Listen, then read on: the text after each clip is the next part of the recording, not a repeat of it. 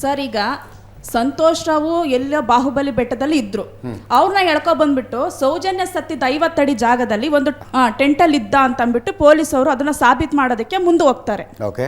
ಆದ್ರೆ ಆತರ ಸಾಬೀತ್ ಮಾಡಕ್ ಹೋಗಿದ್ರೆ ಸೌಜನ್ಯ ಸಿಕ್ಕಿದ್ದ ಅಕ್ಟೋಬರ್ 9ನೇ ತಾರೀಕು ಅವ್ರು ಸತ್ತಿರ್ತಾಳೆ. 9ನೇ ತಾರೀಕಲ್ಲಿ ಗ್ರಾಮಸ್ಥರು 200 ಇಂದ 300 ಜನ ರೌಂಡ್ ಹಾಕಿರ್ತಾರೆ, ಅವಳನ್ನ ಹುಡುಕಿರ್ತಾರೆ. ಟೆಂಟ್ ಕಾಣಿಸಿರಲ್ವಾ ಅವ್ರಿಗೆ? ಅವ್ಳು ಸತ್ತಿದ್ದ ದಿವಸ 10ನೇ ತಾರೀಕು ಬಾಡಿ ಸಿಕ್ಕಿದ ದಿವಸ 3000 ಜನ ಸೇರಿರ್ತಾರೆ, 2 ರಿಂದ 3000 ಜನ. ಅಲ್ಲಿ ಯಾರಿಗೂ ಟೆಂಟ್ ಕಾಣಿಸ್ತಾ ಇರೋದು, ಪೊಲೀಸವ್ರಿಗೆ ಮಾತ್ರ ಟೆಂಟ್ ಇತ್ತ ಅಲ್ಲಿ.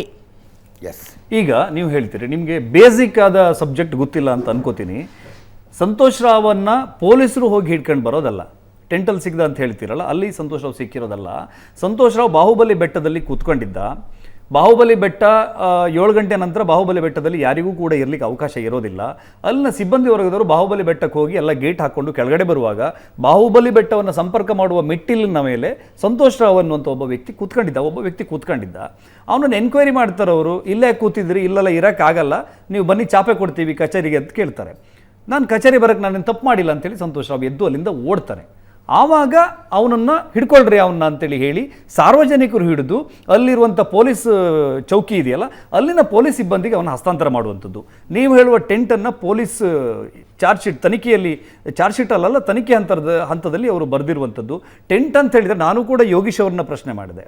ಸರ್, ಟೆಂಟು ಅಂತ ಹೇಳ್ತೀರಿ, ಅಲ್ಲೆಲ್ಲ ಡೆಡ್ ಬಾಡಿ ನೋಡ್ಲಿಕ್ಕೆ ಹೋದಾಗ ಆ ಟೆಂಟ್ ಸಿಗಲ್ವಾ 50 ಮೀಟ್ರಲ್ಲಿ ಅಂತ ನಾನು ಕೇಳಿದಾಗ, ಟೆಂಟ್ ಅಂತ ಹೇಳಿದ್ರೆ ನೀವು ಅಂದ್ಕೊಂಡಂಗೆ ಏನೋ ದೊಡ್ಡ ಮೇಲ್ಗಡೆ ಒಂದು ಹಾಕಿರುವಂಥದ್ದಲ್ಲ, ಕ್ಯಾಂಪೇನ್ ಟೆಂಟ್ ಅಲ್ಲ, ಗೋಣಿ ತಾಟುಗಳನ್ನೆಲ್ಲ ಅಲ್ಲಿ ಹಾಸ್ಕೊಂಡು ಅವನು ಇಡ್ತಾ ಇದ್ದ.